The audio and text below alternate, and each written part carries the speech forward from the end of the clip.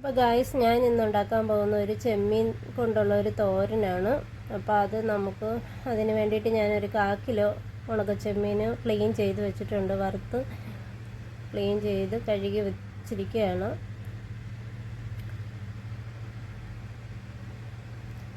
അതിന് ചേർക്കാനുള്ള 3 തക്കാളി ഉണ്ട്, ഒരു 15 ചുവന്നുള്ളി ഉണ്ട്, ഒരു 5 ചുള വെളുത്തുള്ളി ഉണ്ട്, 5 പച്ചമുളകുണ്ട്, 2 തണ്ട് കറിവേപ്പിലയുണ്ട്, ഒരു ചെറിയ കഷ്ണം ഇഞ്ചിയുണ്ട്, ഒരു ചുള പുളിയുണ്ട്,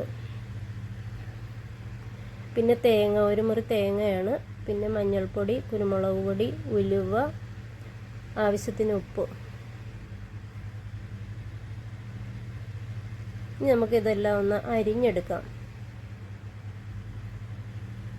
അപ്പോൾ ഞാൻ ഇതെല്ലാം അരിഞ്ഞ് വെച്ചിട്ടുണ്ട്. ഇത് അരിഞ്ഞ് ഈ തക്കാളിയൊക്കെ ഇതിങ്ങനെ നീളത്തിലാണ് അരിഞ്ഞ് കഷ്ണങ്ങളാക്കി വെച്ചിരിക്കുന്നത്. ഇനി ചുവന്നുള്ളിയൊക്കെ അരിഞ്ഞിട്ടുണ്ട്, എല്ലാം അരിഞ്ഞിട്ടുണ്ട്, എല്ലാം അരിഞ്ഞ് വെച്ചിരിക്കുകയാണ്. പുളിയാണെങ്കിൽ ഒരു ചുള പുളി, അത് 3 കഷ്ണങ്ങളായിട്ട് കീറിയിട്ടിട്ടുണ്ട്. നമുക്കിതെല്ലാം ഈ ചട്ടിയിലേക്ക് ഇടാം.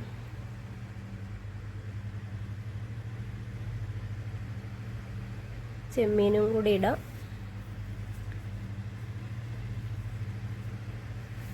ഇനി നമുക്ക് ആ മസാല ഇതിനകത്ത് തേങ്ങ ഇടാം. ഇനി നമുക്ക് ഇതിനാവശ്യമായിട്ടുള്ള ഉപ്പ്, മഞ്ഞൾപ്പൊടി എല്ലാം അതിനകത്തോട്ട് ഇടാം. ഇനി കുറച്ച് വെളിച്ചെണ്ണ നമ്മൾ ഒഴിക്കുന്നുണ്ട്.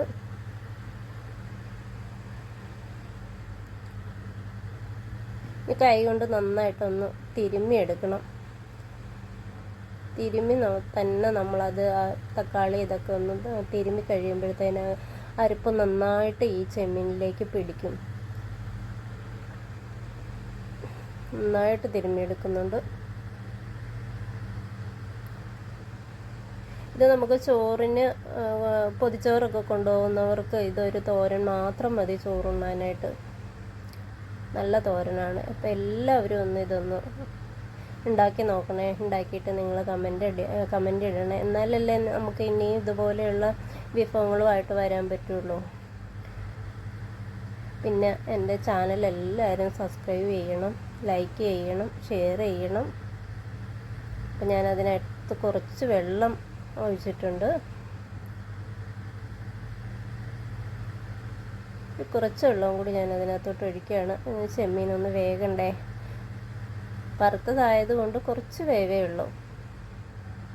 നമുക്ക് അടുപ്പിലേക്ക് വെക്കാം കേട്ടോ.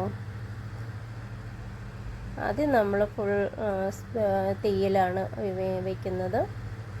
തിളച്ചതിന് ശേഷം പിന്നെ നമുക്ക് അത് സിമ്മിലിട്ട് കൊടുക്കാം. ചെറിയ തീയിലിരുന്ന് വേണം അത് വറ്റാനായിട്ട്.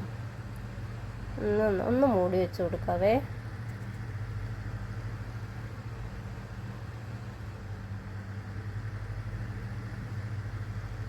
അപ്പോൾ ഏകദേശം കറി തിളച്ചിട്ടുണ്ട്. ഒന്ന് ഇളക്കിയിട്ട് കൊടുക്കാം.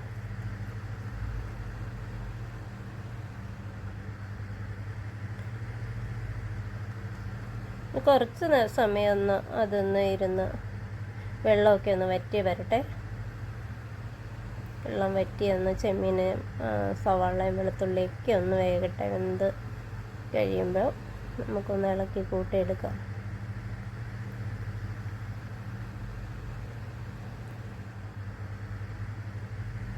ഏകദേശം നമ്മുടെ ഈ കറി വറ്റിയിട്ടുണ്ട്.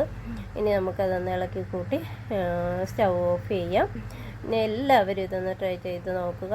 അതുപോലെ ഇഷ്ടപ്പെട്ടെങ്കിൽ നിങ്ങൾ കമൻറ്റ് ചെയ്യുക, ഷെയർ ചെയ്യുക. അടുത്ത വീഡിയോയുമായിട്ട് ഞാൻ ഇനി അടുത്ത ദിവസം വരുന്നതായിരിക്കും. അപ്പോൾ നിങ്ങളുടെ എങ്ങനെയുണ്ട് ഈ ചെമ്മീൻ കറി എന്നുള്ളത് കമൻറ്റിലൂടെ എനിക്ക് അറിയിക്കുക. Okay, bye.